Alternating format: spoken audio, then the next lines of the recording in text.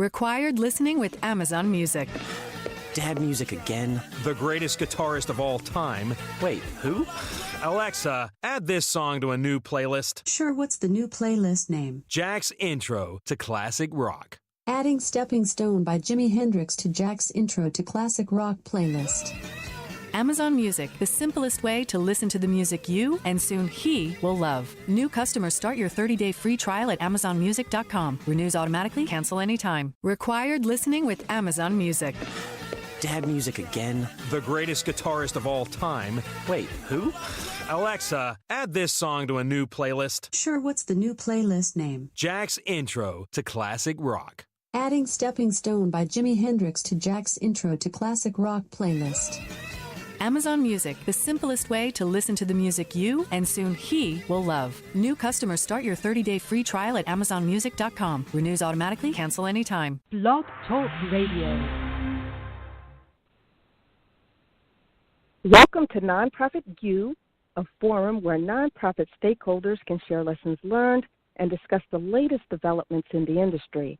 My name is Valerie, Leonard, your host. I'm a consultant to nonprofits, and I specialize in community and organizational development. I work with nonprofit organizations to help them make a stronger impact to their clients and communities. You can find Nonprofit U on Facebook and Twitter, and I encourage you to comment early and often using the hashtags NonprofitU or GrantAdvisor. You can also leave comments on blogtalkradio.com/nonprofit_U. The chat room is open, and you can post comments and questions. In order to use the chat room, you must open a listener-only account. You'll find a link to open the account on the episode page, and you can also email me questions at consulting@valeriefleonard.com or send messages through Facebook and Twitter. You'll find a Nonprofit U fan page on Facebook, and the Twitter account is @NonprofitU.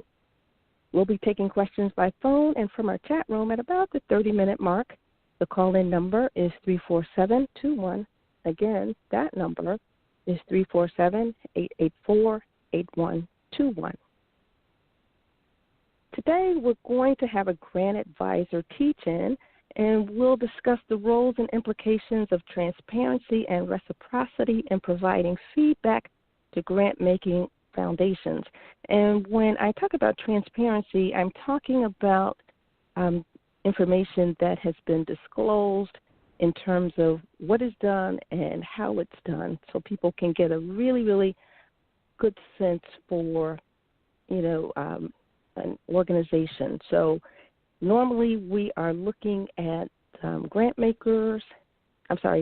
grantees and their way of doing things, but this time we're going to focus on the grant makers and the way they do things. So we will provide an overview of what GrantAdvisor is, and GrantAdvisor is a new platform, where to find it, how to use the tool, in hopes that you can try this at home. And it should be noted that GrantAdvisor has recently rolled out, and the primary test markets are Minnesota and California, although their database has organizations or foundations from all over the country. As a result, most of the data that are from those two states. We encourage nonprofit leaders in other states or from other states to take an active role in reaching out to your local colleagues to begin to share your experiences on GrantAdvisor as well. Again, we encourage you to call in with questions and to participate in live chats at about the 30-minute mark. The call-in number is 347-884-8121. Nonprofit professionals are especially encouraged to call in and share your stories and ask questions. Today's guests are Kari Aanestad and Andrea Sanow. Kari Aanestad is the development manager at the Minnesota Council of Nonprofits. In this role, Kari secures and stewards grant and individual donor support for MCN. She also supports the development of other fundraising professionals throughout Minnesota through various channels, including in-person and online trainings, the Minnesota Grants Alert, and the Minnesota Grants Directory. Kari holds a Bachelor of Arts in English and Political Science from the Augsburg University. She's class of '08, and a Master of Divinity from Luther Seminary, class of 12. Most recently, she served as a grant writer and outcomes manager for St. David's Center. Kari brings a holistic wealth of experience to her role, including international travel to over 20 countries, hospital chaplaincy in England, and teaching and tutoring positions ranging from elementary to postgraduate levels in writing and compassionate communication. Andrea Sanow is the GrantAdvisor Coordinator at the Minnesota Council of Nonprofits, where she develops, implements, and evaluates brand and communication strategies to increase the visibility and credibility of the GrantAdvisor website service. She also produces marketing materials, develops presentations for conferences, and manages electronic and print communications efforts related to GrantAdvisor. Andrea holds a Bachelor of Arts in English, class of 210, and Master of Fine Arts in Nonfiction Writing, class of 17 from Augsburg University. She most recently served the nonprofit sector as program assistant at Arts Midwest. Her previous nonprofit work includes serving organizations working with housing and higher education, respectively. From 2012 to 2013, she served as a member of the Lutheran Volunteer Corps in San Francisco, California. So you see we have two very highly qualified young ladies. Said, no further ado, I want to thank you both for being on Nonprofit U today. Ladies, it's been an honor to have you, and we'll start with Kari. Can you tell us about the Minnesota Council of Nonprofits and how you came to work with them? Sure, and thank you for having us, Valerie. It's an honor to be on your show.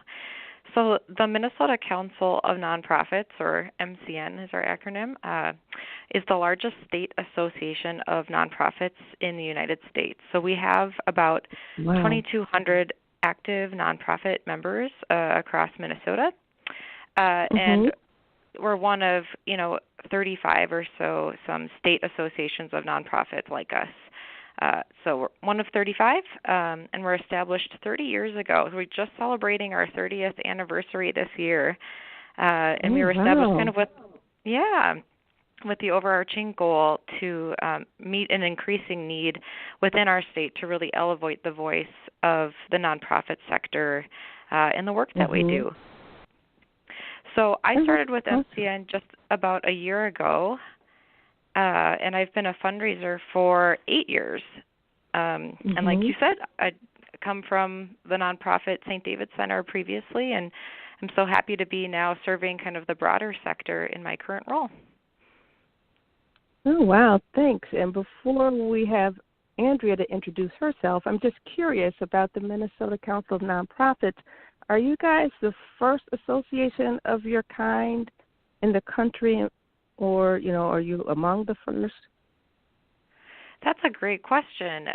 I don't know about in terms of the first, but we are certainly one of the largest, if not the largest, in terms of kind of number of members. And with a 30-year history, that certainly puts us in the running, I think, for one of the earlier formed state associations of nonprofits. Okay, thank you so much for that, Kari. So, Andrea, what brings you to the Minnesota Council of Nonprofits? I just want to say thanks for having us on as well, Valerie. And I started at MCN about 2.5 months ago, so I'm pretty new. And I was just drawn to my current position, working on GrantAdvisor and the grants directory with Kari. It felt like an opportunity to work on an exciting project in the sector. It's my short answer. So. Okay. And with me, I never met a word that I didn't like. I can draw a longer answer, but I think we'll focus on GrantAdvisor. Things to talk about. Yeah. Okay. All right. So, Andrea, we seem to be living in an age of increased transparency in which nonprofits are being encouraged to share as much information about what they do, and not only what they do, how they do it. They're also being asked to disclose more and more about their financial performance and how they make decisions and their impact. So what are some of the issues and trends that you're seeing with respect to transparency as they relate to the funders? This is Kari, and I love this question so much. I'm going to steal it from Andrea right now. Okay. So this your question, Valerie, about transparency, I think it really drives at the heart of what GrantAdvisor as a project and a web service is really all about. So you're so right that we've been seeing increased demands on nonprofits to be completely transparent. That transparency often looks like, having to conduct really diligent program evaluation, writing thoughtful reports to funders. And a part of this influence we've seen, I think, driven by the corporate sector. So, with corporate philanthropy really kind of rising, especially in Minnesota, in terms of total dollars being paid out into our communities, we've seen in turn then a focus on kind of outputs and efficiencies and ways of being able to quantify and verify the success of our work. And so as a result, one benefit of this is that nonprofits now kind of have access to all sorts of additional information about their programs, their service delivery methods that they might not have otherwise had. And that can be used for, strategic decision making and goal setting. But the downside is that nonprofits are already tasked with this huge responsibility running at, very complex social problems. And so, in Minnesota in particular, nonprofit employees make up 11.5% of kind of our total workforce. So that's a great number, and yet, 11.5% of the workforce is expected to solve really complex problems like homelessness and healthy food access and educational inequities. So transparency itself can be a good thing. It's hold it in the context of all the bigger work that we're trying to advance. So that's kind of on the nonprofit side. In terms of what GrantAdvisor is trying to promote for foundations and philanthropy, that transparency can be a really good thing if it builds trust. And we think that the best trust is really built on a two-way street. And so, one of the challenges of the current context is that with nonprofits being asked to do so much, that same level of scrutiny and honesty really isn't required of foundations. There's little to no public accountability for foundations to verify that their own investment strategy has actually yielded the results that they were striving for.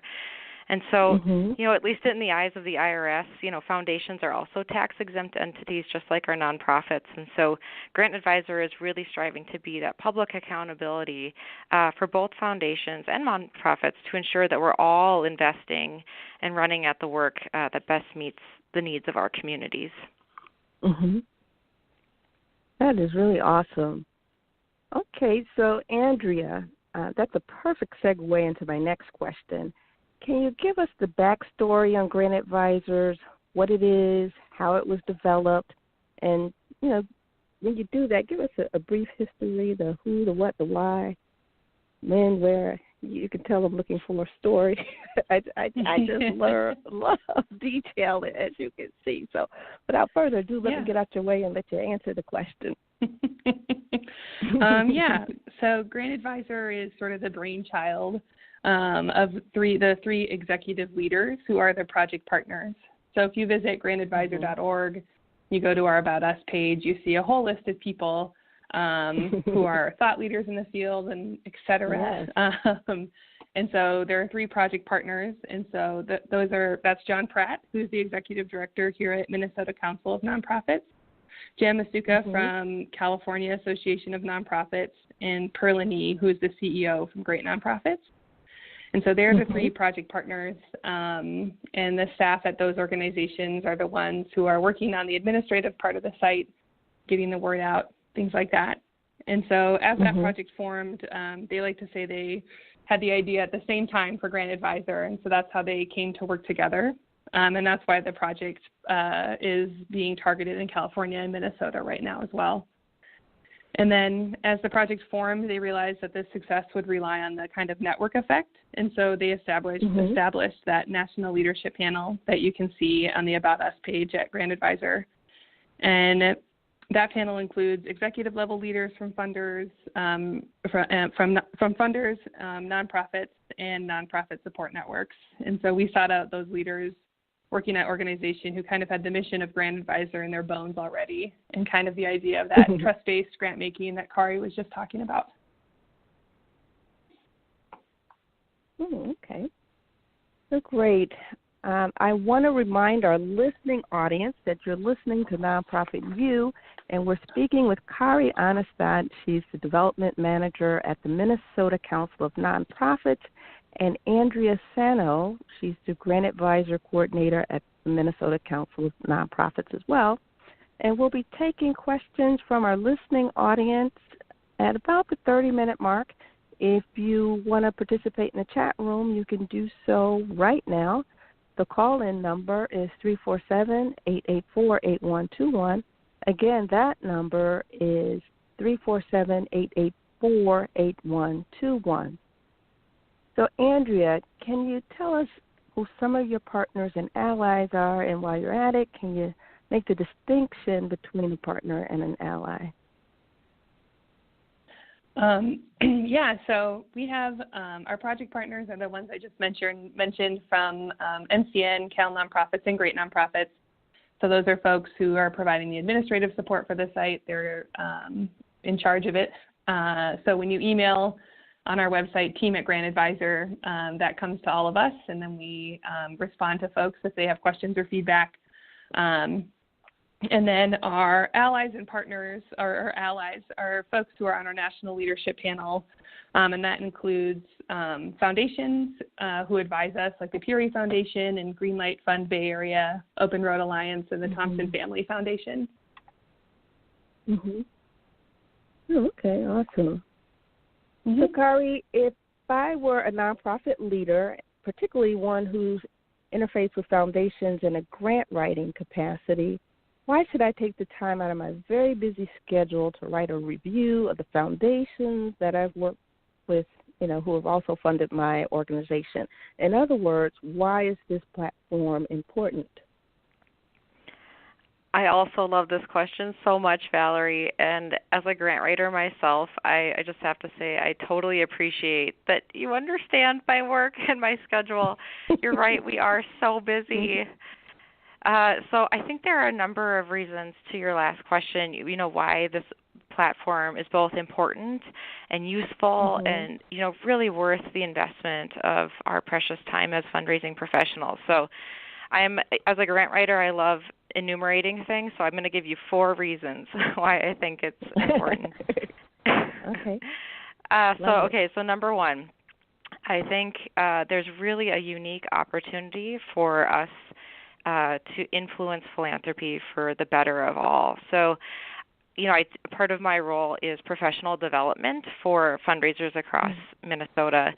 And one thing that I like to talk about in the grant writing clinics that I do is kind of name that I think can often fall into an us versus them mentality when we're talking about foundations and nonprofits. But what I think many people don't realize is that, foundations are actually also nonprofits. They are tax exempt. They have missions that articulate their vision for their communities. And so it may sound cheesy, but if you kind of hold on to that and kind of release the grip on the us versus them mentality, I think we can land at this really productive space, this kind of we're all in this together. And the more honest we can be with one another about, what is and what isn't working, I think the greater the chances are that we'll achieve really great things. And so GrantAdvisor is, this online website where people can fill out a 7-minute survey. It walks them through kind of critical questions on what their experience was like, not only kind of in the process side of things, like what was your experience like navigating the application process, but then also prompts people to think more reflectively about how foundations are accomplishing those philanthropic goals or that their overarching missions. And so it really gives power to the voice of grant seekers that may not, otherwise be there. So there's an opportunity for us to influence kind of where philanthropy is making investments. So that's number one. Number two, I think this website is important because there's an equity issue at stake. I'm guessing many of your listeners right now know of or actively follow Vu Le. He's a popular nonprofit blogger. He's got that blog called Nonprofit AF.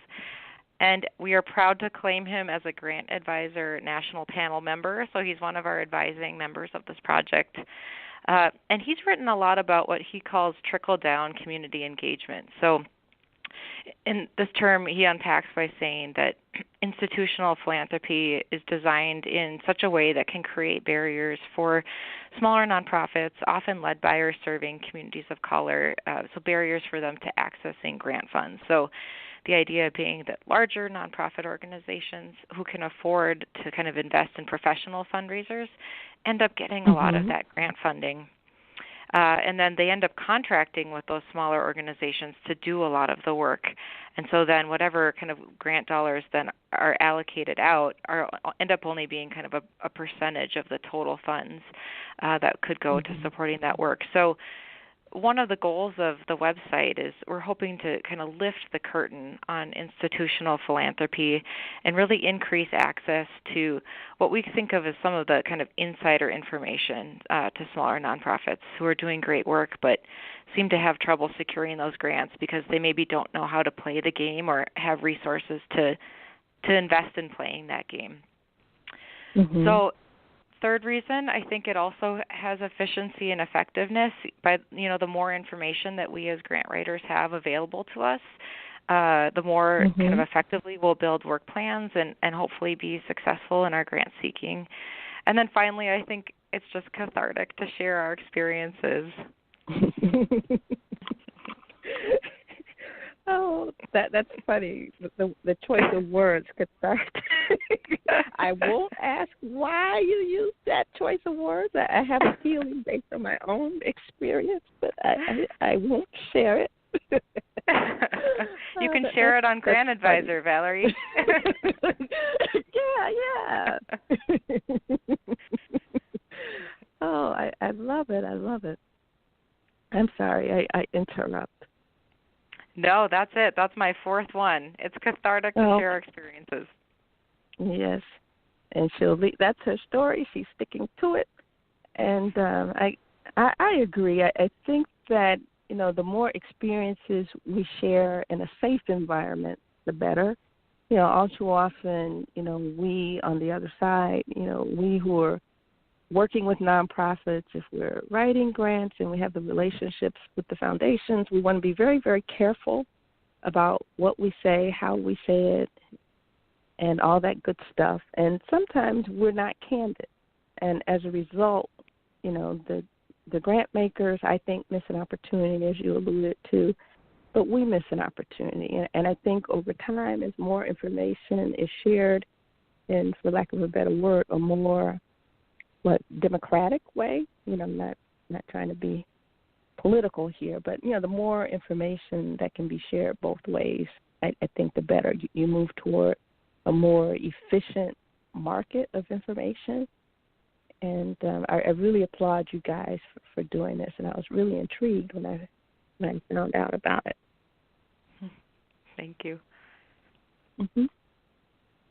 So I want to remind our listening audience that you're listening to Nonprofit U, and we're speaking with Kari Aanestad, Development Manager at the Minnesota Council of Nonprofits, and Andrea Sanow, GrantAdvisor Coordinator, also at the Minnesota Council of Nonprofits. We'll be taking questions from our listening audience and chat room at about the 30-minute mark, so we have about 7 more minutes. The call-in number is 347-884-8121. Again, that number is 347-884-8121. I also want to take a moment to let folks know how they can strengthen their organization's Giving Tuesday efforts by participating in Webinar Wednesdays. So every Wednesday, starting this Wednesday, October 25th through December 6th, I will be conducting webinars to help organizations strengthen their fundraising efforts for the end of the year and beyond. So if you're interested in knowing more, contact me at consulting@valerieleonard.com. You can share further information. So, Andrea, can you share with us some of the feedback you're hearing regarding the GrantAdvisor platform, and then tell us who has come out and endorsed the product? Yeah, I think there are a few ways I could answer that question. And so first might be what we are hearing about the site itself, and then second, what kind of feedback our survey is getting. And I think Kari has some good thoughts on the first way to answer that, so I'll let her get to that in a minute. But I do have a review that's also live on the site for one of our Minnesota foundations, and I think it captures kind of the essence of what we are hoping these reviews will provide grant seekers. So which is both, as Kari was just saying, an understanding of how to approach a funder and sort of that larger, more philosophical response that gets at the funder's philanthropic goals. So the review I have here is for Otto Bremer Trust. And if you've been on the site, that's great, and I've written a review. But if you haven't, this is also a preview of what that survey is like. And so in response to our first question, which prompts the reviewer to give advice to a colleague, this reviewer says, quote, program officers at OBT, which is Otto Bremer Trust, have been remarkable. Most are down to earth, very approachable, and will give a good idea a fighting chance. Their funding priorities are broader than most foundations, and then in parentheses, poverty, which allows organizations large and small to innovate and try new things. Program officers are also diverse, which makes me feel like they relate better with the needs of communities. The only criticism I have is transparency in their staffing and leadership selection. Unfortunately, Otto Bremer Trust tends to find themselves in the news for the wrong reasons. All in all, OBT, Otto Bremer Trust, is one of the best foundations to work with, hands down, end quote. So if you keep reading this review, you can see that this person was funded in 2016. The reviewer was funded in 2016 for a lesser amount than requested, and that they think the foundation's accessibility is, quote, good, and that the program officers will call you back, but trying to schedule meetings at the highest level is a challenge. I'm not sure how connected the three trustees are in the community, end quote.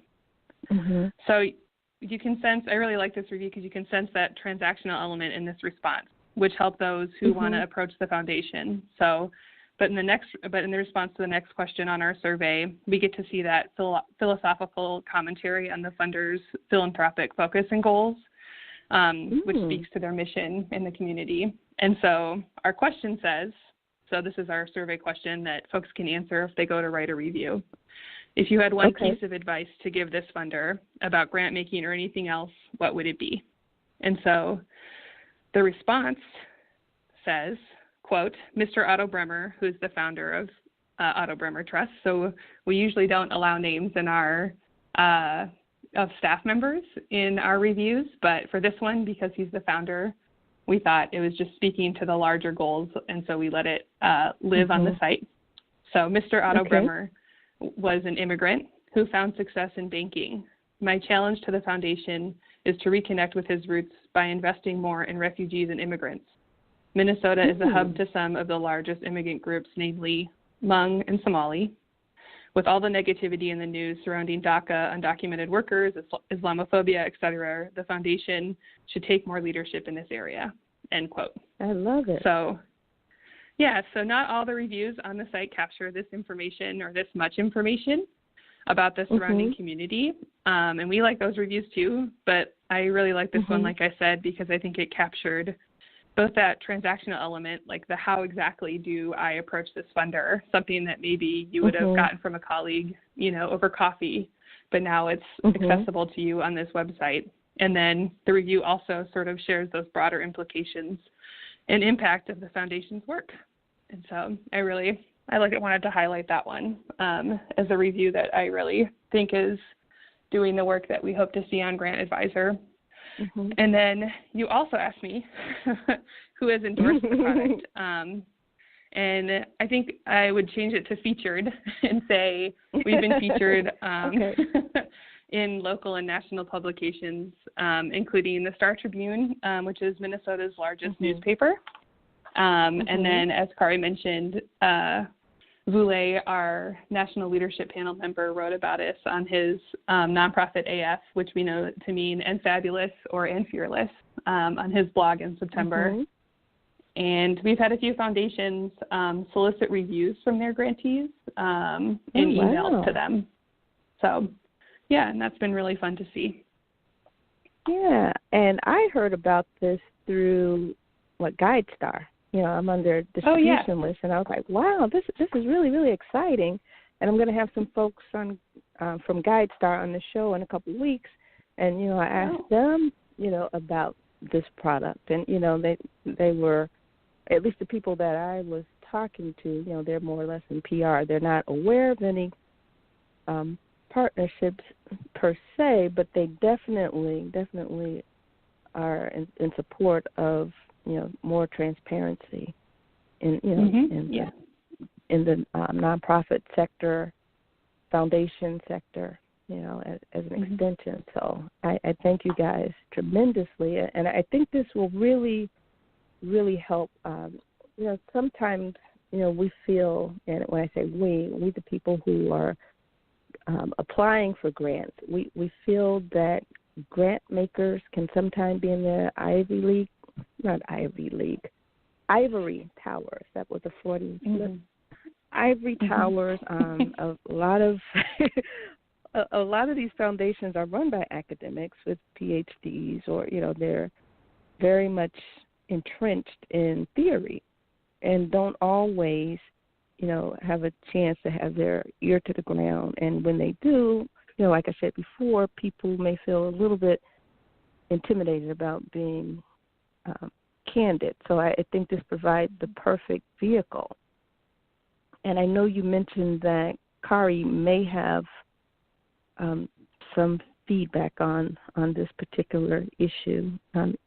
Kari, did you have anything you wanted to say before I ask Andrea a follow-up question? Yeah, so I think Andrea was highlighting kind of the feedback we're receiving on the website itself. I think kind of our number one piece of feedback that's been coming both through, you know, our last question on our survey is, do you have any feedback for us on the site?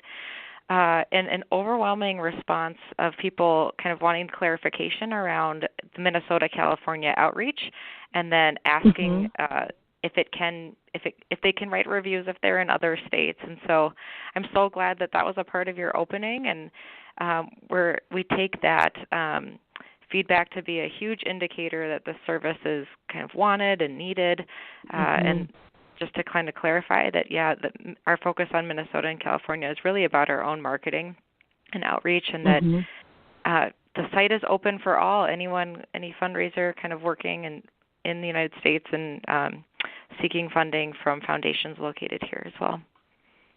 Okay, awesome. And just so you know, when I sent out an email, you know, letting folks know that you guys were going to be on the show today, you know, a colleague of mine, Otis Monroe with the Monroe Foundation, he convenes a cohort of smaller organizations, you know, emerging nonprofits, and he encouraged them to listen to the show. I hope some of them are listening, and if you're listening, please call in or participate in the chat. That would be very, very helpful. And on that note, it is time to call in, but, you know, we're going to continue our conversation until we hear from you. You can call in at 347-884-8121. Again, that number is 347-884-8121. So, you know, I think you're right. You guys have definitely struck a chord. I think people would welcome the opportunity to provide feedback. So, you know, we have a two-way feedback loop, and it's not always the foundation to grantee, but, you know, grantee to foundations as well. So with that said, you know, so far we don't have any questions. I do see some people who have called in but have not asked any questions, but, you know, we're definitely encouraging people to ask questions. Now, one thing I did not hear is the link. I didn't hear the URL for GrantAdvisor. So if you guys can share URL, that would be awesome, so that people know where they can go to access the site. Yeah, we're at www.grantadvisor.org. Okay. Awesome. Mm-hmm. And you can follow us on Twitter if they want to. Oh, yeah. So what are your handles? Yeah, we're on Twitter at Grant_advisor. And we have a pretty new Twitter account, but on Fridays we do a 5 to go live. So that's where we post the foundations who need a few more reviews to go live on the site. Okay. Yeah. That week. All right. Awesome. By the next Monday. So. Mhm. All right. Mm-hmm. Thank you for that. Mm-hmm. Okay, Kari, what are some of the lessons you've learned in your work, rolling out the GrantAdvisor platform, and then, once you have learned those lessons and sift through them, and I know it's a young platform, so there may not be, you may not necessarily have all the data that you'd like to have, but just as an impression, and from what you're learning so far, how is that going to inform your work in the future? Yeah, that's a great question. So we started receiving reviews just this past June, and then we went kind of live in July. So we are really, as a project, about 3 months old, just under. So a lot of our work kind of has been focused on really perfecting, I think, or continually evolving the kind of the technical functioning of the website, and then really boost kind of channeling marketing and outreach to nonprofits in Minnesota and California. So with that said, we have had the opportunity kind of in podcast moments like this to kind of pause the running and do a little reflective look back. So, over the past 3 months, I think we've learned a couple of things.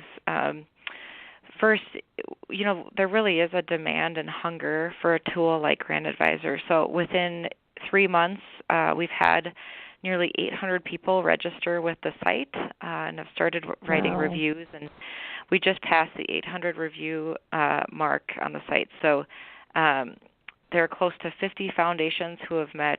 We have a 5 review threshold before a foundation profile can go live on the site. And that's really about just making sure that we get a broad sample of kind of feedback and not just one review will flavor kind of the profile of any given foundation. So those are kind of numbers and statistics that are verifying the demand and value of a website like this. I think another lesson that we're learning is, and Valerie, you've named this really eloquently throughout the podcast so far, is the power of that the power differential that exists between nonprofits and foundations, and that fear among nonprofits of potentially losing funding or good rapport that they may have with some very important relationships. And so one of the things that we've kind of had to get in front of or proactively message against is this question about reviewer anonymity. And so to anyone who's listening, we guarantee that you are anonymous. Obviously, the kind of if you write your review in such a way that would make you clearly identifiable to a foundation, that would be maybe the only way that you would be revealed. But we really have built this site based on the idea of kind of knowing the power of that power differential, and that in order to get kind of honest and authentic feedback, we really have to guarantee that reviewer anonymity. And so that is guaranteed. So kind of connected to that lesson then is also, I think, a fear that we've heard from foundations is that because of that anonymity factor, that somehow this website would then dredge up all of the worst parts about the internet, that it would just have, reviews that are full of kind of venomous things. And we're really excited to see that hasn't been realized so far. That really people have been using it as it's intended. So the audience is fundraising, grant writing professionals, and kind of the caliber of the comments that we've received. It makes sense that it's coming from professional writers, right? So they're thoughtful, they're constructive. About a third of the comments that we've seen have been very kind of thoughtful, productive criticism, and then about 2/3 have been somewhere between kind of neutral to positive. So we're excited to see that there's demand for the site, that people are interested in writing on it, and that kind of some of the worst fears haven't come true. And then kind of lessons learned looking forward. We're excited to think about kind of strategic ways of expanding. So looking at other states, looking to expand to potentially reviewing government-based funders. So right now, you can review any foundation that files a 990 form in the IRS. So that's how our database is populated, which is really extensive. It's 120-some thousand foundations, but doesn't actually have government yet. So coming soon. Yes. And I think in a prior conversation, we had before, if you haven't done so, I would strongly recommend that you reach out to Forefront here in Chicago, listening to the way you young ladies speak in general and knowing what I know about them and listening how they speak in general. You have a lot in common, and this might make a wonderful partnership. And, Illinois, I think the environment is just ripe for this. So if you have not done so, speak to them. If you don't have direct relationships, I'll make sure I put you in contact with them. I think that would be just awesome. That's a great suggestion. Andrea and I are both writing it down again. Okay. And then, I'll follow up after the show. All righty. So we have a question in the chat room, and I think you kind of touched on it before, and I guess it's a follow-up to a comment that was made earlier.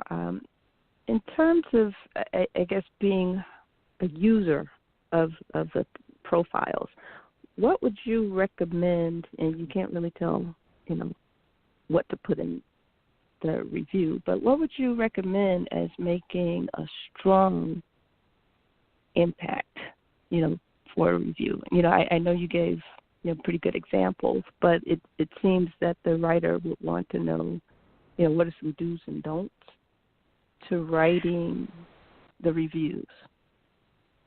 Yes, that's a great question. This is Kari. So I think there are kind of a few key questions that, I as a grant seeker have found valuable when reading reviews. So it's interesting. This website kind of has two core audiences. One is foundations with this goal of being an honest conversation and kind of reforming or improving philanthropic practices. And then a secondary audience is people like me, so people who have never approached a foundation before or a specific foundation before and want to know what is it like to work with the Otto Bremer Trust, to Andrea's earlier example. And so I think you can think about that question from those two lenses. So as a reviewer, kind of what's the goal that you have with the review? Is it to help kind of your colleagues better understand what it's like to work with that foundation, or are you hoping to give kind of constructive feedback or honest feedback to a foundation in hopes that you can see a positive change in practices? So, with those two lenses in mind, I think either way, kind of specifics are helpful. So if you're in being able to quantify things, so if filling out their manual board list where you have to hand type, and this is a true story, I had to do this for years. I had a funder who required us to hand type each of our board members' names, positions, length of service, contact information, and organizational affiliation. It took 2 to 3 hours every year. That helps both grant seekers like me know to kind of build that time into my work plan if that's a prospect of mine. And then there's also really great feedback that a foundation might not otherwise know if they've never had to go through their own application process. I like that. So I guess if foundations could write the applications and as if they would have to go through it themselves, we might see different types of applications and different types. Right. That's just me. That's just me and my wishful thinking. And I'm not trying to say that all foundations have these onerous processes, but sometimes we don't realize what we're asking until someone tells us that the questions that we're asking are really creating an undue burden in terms of time and resources. Mhm. And I think even our federal government is coming to realize that. Federal government, I know here in the state of Illinois, they spent like 2 years trying to streamline the process so that we have a central vault that's similar to what you would see at the federal government level. The grants.gov, we have a grants.illinois.gov. But I will say their process, probably their registration requires much more than the federal, but other than that, it's a streamlined process. But I'm not here to editorialize, am I? I'm sorry, I digress. So, so Kari, along the same lines, we talked about the lessons learned. Can you share a little bit more about the impact you're seeing in philanthropy? And it is a short period, so you may not necessarily have all of those data, but are you seeing some responses? I know you mentioned that one foundation solicited feedback themselves, which I think is a great impact already. Yeah, well, I think, it's really exciting. I think this project is coming. I'll kind of speak about kind of the context that GrantAdvisor as a platform is coming into being, because I think it's coming on the scene at a perfect time. Kind of nationally, there's this momentum that we're seeing around the transparency that you named earlier, Valerie, and a quest for feedback in philanthropy. So, nationwide, we've seen over the past few years kind of more progressive, kind of early adopter foundations who have really began to focus their approaches on, and Andrea used this term earlier, kind of trust-based philanthropy.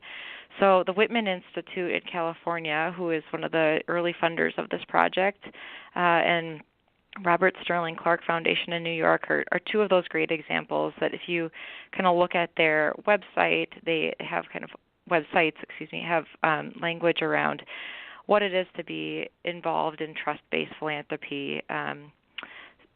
So kind of what that means is that there's kind of lower burdens of reporting for nonprofits, that they don't see themselves as the accountability person, but really a true partner with nonprofits in the great work, that they're not the ones that have to motivate the great work, that nonprofits are already going to kind of take that on themselves. And so there's momentum around that. And then there's also a number of other projects and organizations that are also leading great work around transparency and feedback. So the Center for Effective Philanthropy in Glass Pockets, that's an Initiative Foundation center.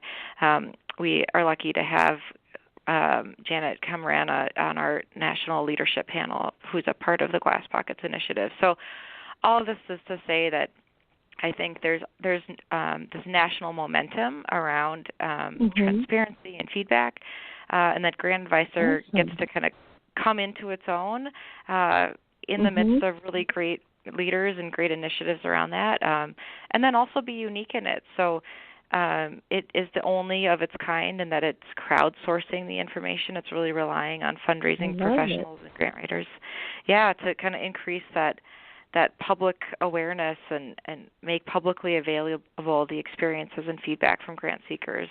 So it's this unique tool that's a part of this national movement.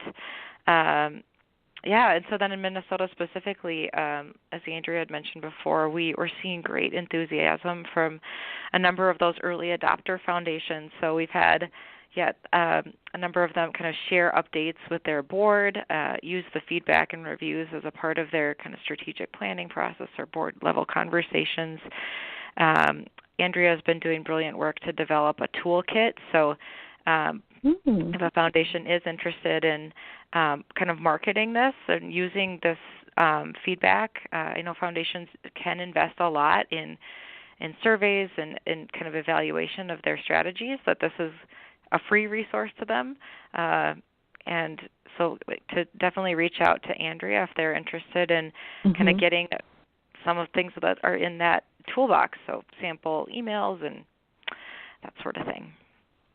Oh, I love it. I love it. I will definitely be following up with Andrea after this call and, sharing the information in my network. Yeah, I think this is really important stuff. Great. Okay, so I want to remind our listening audience once more that you're listening to Nonprofit U, and we're speaking with Kari Aanestad, Development Director at the Minnesota Council of Nonprofits, and Andrea Sanow, GrantAdvisor Coordinator, also at the Minnesota Council of Nonprofits. We're taking questions now. Please give us a call, 347-884-8121.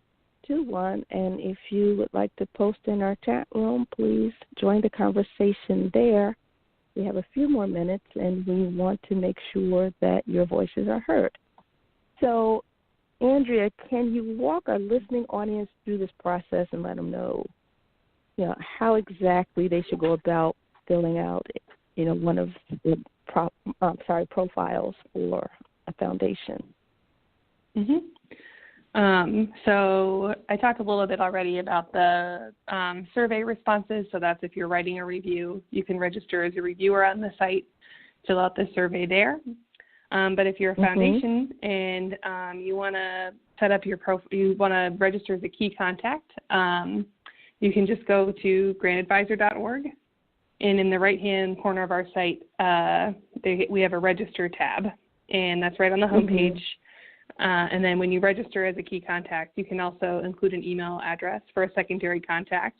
And so when someone does write a review, if you're the key contact and the secondary contact, you'll get a notification via email, and you can read the review before it's live on the site. And then you can also respond to the review before it's posted live.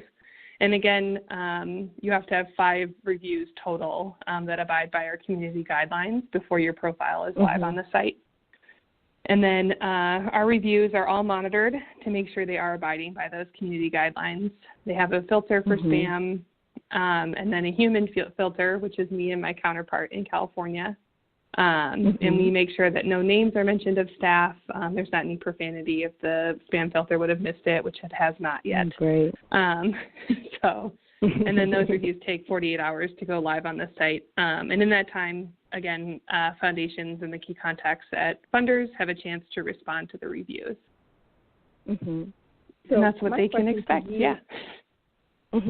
Yeah. So, go ahead. So if you're a foundation and you have not yet accumulated 5 reviews, do you still get that feedback offline? Yeah, so you'll still get the review. It just won't be posted publicly. And that, as Kari said before, is just to make sure that there's not like one review out there that's particularly negative, if that's not capturing the whole, scope of the work and the grantees' experiences. Yeah. But you can still read that review and respond to it, and then once you get 4 more, then it goes live on the site. Okay. Yes, I love it. So this is really good stuff. I can really see you guys on the forefront of a movement, so ride that wave. I can see lots of potential here. Good. So, Kari, you're in a position in which you're raising funds and you're developing other resources for the Minnesota Council of Nonprofits. The Minnesota Council of Nonprofits is a member organization that provides professional development, networking, capacity building, et cetera, with a particular emphasis on policy and advocacy on behalf of your members.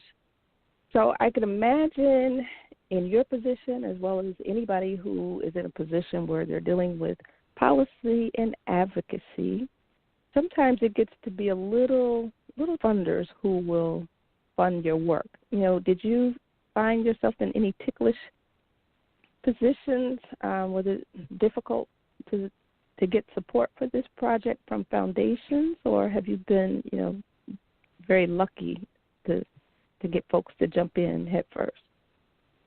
This is such a great question, Valerie. So all of the kind of grant funding for this project so far has come from Silicon Valley in California. So primarily supported from foundations like the Peary Foundation and the Whitman Institute. So those kind of early adopter, progressive change maker foundations who kind of share our interest in and kind of see the, like you said, the early part of a wave, the transformative potential of this tool. So the rest of the support for the project has come from what our executive director, John Pratt, calls sweat equity. So the Minnesota Council of Nonprofits, and then our two partners, Great Nonprofits in California, Association of Nonprofits out in California. We all are kind of doing our part and really believe in the mission and the goals of this project. So investing our time and agency resources into making it possible. With all of that being said, I wouldn't be a good fundraiser if I didn't say there are leadership opportunities. So if anyone listening is interested in supporting the project, they can reach out to me. Yeah, and following up, so if you're in one of those states where you don't necessarily have quite as strong a presence as, say, Minnesota and California, because, resources right now can only go so far, how do you, as a nonprofit, get a movement going in your particular state so that we can start seeing presence on the GrantAdvisor platform from other states? That is a great question. Yeah, so one of our kind of ideas around how this project can and would spread is similar to what happened with Facebook. So really it's this network effect that if any of you remember how Facebook rolled out, I do because I happened to be in college way back in the day when this happened, that it started geographically, but not just geographically. You had to have an email address that ended with edu, so you had to be affiliated. And then it was within even, I think, specific colleges. So I think it was only Ivy League universities first, and then it went to kind of all colleges. And then, so in doing so, it kind of targeted who they were targeting as an audience, and then it built kind of momentum and a desire to be part of the insider group, and we're not trying to erect barriers in that sense, but in kind of focusing on states in our own marketing, we're building that network effect. So with all that to be said, if there are nonprofits that want to get in to be kind of build the momentum in their own state, they can certainly start by reaching out to us. We are, as we turn the corner into 2018, we'll be having kind of strategic meetings as a team and thinking about kind of where to look next and who the big players are and kind of what networks exist within our connections and beyond. So that could be a place to start. If they're kind of more grassroots in their approach, I know Andrea has been working to develop an ambassador toolkit, so similar to when we talked about the foundation toolkit. This one is really geared toward other nonprofits who may want to help get the word out. And so we have a number of different resources, template language, emails, some flyers, business cards, that sort of thing that we'd be more than willing to share and help get that word out. Yeah, that would be awesome. Two ways I'm thinking I can personally help you is if there is an RSS feed for this toolkit and, related information, I can post that on my website. So as things get updated, they to a page on my website. And then also I'm going to sign up for alerts. And, and as I get alerts, I can share them in my network, as there are people who could be potential ambassadors. I'll make sure to put you guys in contact with them. So that's my commitment to the project. I really, really think this is exciting stuff. And again, I'm going to put you guys in contact with, Forefront. There may be other, I realize that, you have large organizations and different people have different relationships, but still, I'm going to put you in contact with the folks that I know from Forefront, and who knows what can happen. If they catch on to it, it'll happen really big and really fast in Illinois for you. Great. Well, we so appreciate that and look forward to it. Mhm. Okay, so last question, Andrea. What do you see as some of the next steps for GrantAdvisor? Yeah, I feel like there are kind of 3 steps. Or in the short term, I think the next step is, like we're talking about now, keep expanding sort of in that organic kind of way, which means encouraging reviews from our nonprofit colleagues, and then supporting the folks who want to be ambassadors of the project, and supporting our foundation colleagues in their work by offering toolkits and language and things around that, so that they can invite reviews and get that constructive feedback. And then in our middle term, I think we're starting to think about where we want to target some of our marketing out on the East Coast. And in the long term, we're looking toward, as Kari said, way earlier in this conversation, including government funders on the site. So a lot of moving pieces, and I think we're trying to be strategic for 2018, but we're always happy to hear from folks who want to be champions and ambassadors of the project. And I love to hear the ideas. Part of our survey, our last question, as Kari had mentioned earlier, is that you can offer feedback to us, and that just comes straight to us, the GrantAdvisor team. And so once you fill out that whole survey, the last question is feedback on the site, and we're always excited to read those ideas and thoughts. So, okay, awesome. Now, I heard you say East Coast, and my poor little ears peaked up like a German shepherd. Is one of your prospects 92Y? They started the Giving Tuesday movement, which is now international. So have you thought about approaching them at all? And if not, I can put you in touch with someone who might be helpful to you. This is Kari. We will take your contact if you're willing to make the bridge. Yeah. Okay, I'll do that. Okay, so we got a lot of talking to do after. We'll have a conversation after the conversation. Okay, so this pretty much wraps up our show, and I want to thank everyone. I know that there are people who called in and didn't necessarily want to ask a question, but I appreciate your calls anyway. I appreciate those of you who joined in the chat room, even though you didn't all have comments. I want to let you know that I appreciate you. I hope that this conversation has been very helpful to me. Every time I talk to these young ladies, I learn a lot, and I hope that you have learned a lot too. So I'd like to thank them again. We had Kari Aanestad. She is the Development Manager at Minnesota Council of Nonprofits, and Andrea Sanow. She's the GrantAdvisor Coordinator, also at the Minnesota Council of Nonprofits. So before I let you go, ladies, can you share any parting thoughts and let us know how we can reach you and remind us how we can get involved in this work? Yeah, this is Kari. The best way to reach us is if you email a team@grantadvisor.org. Both Andrea and I receive all of those emails. We are kind of monitoring day and night as this project begins to grow wings and fly. Just want to thank all of the people who have already participated in the conversation, both kind of on the website in the comments and then with us kind of offline.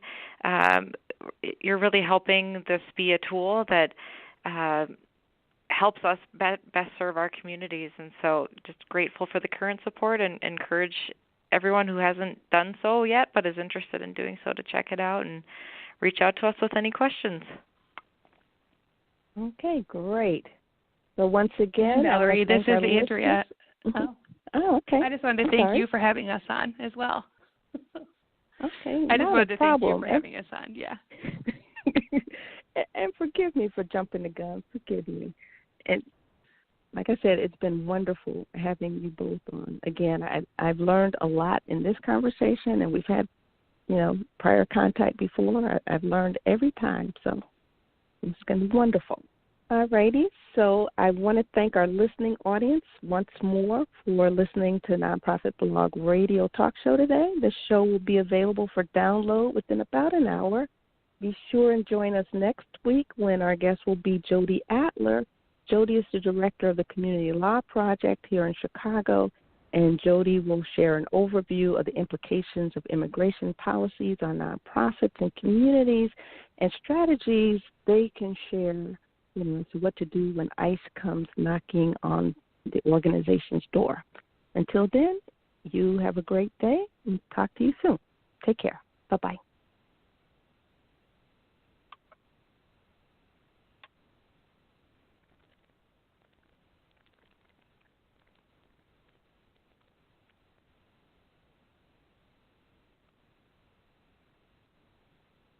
To promote my new flower shop, I had one place print my business cards, another print my brochures, and a third, my signs. Now my roses aren't red, my violets aren't blue, my geraniums look dead, and I don't know what to do.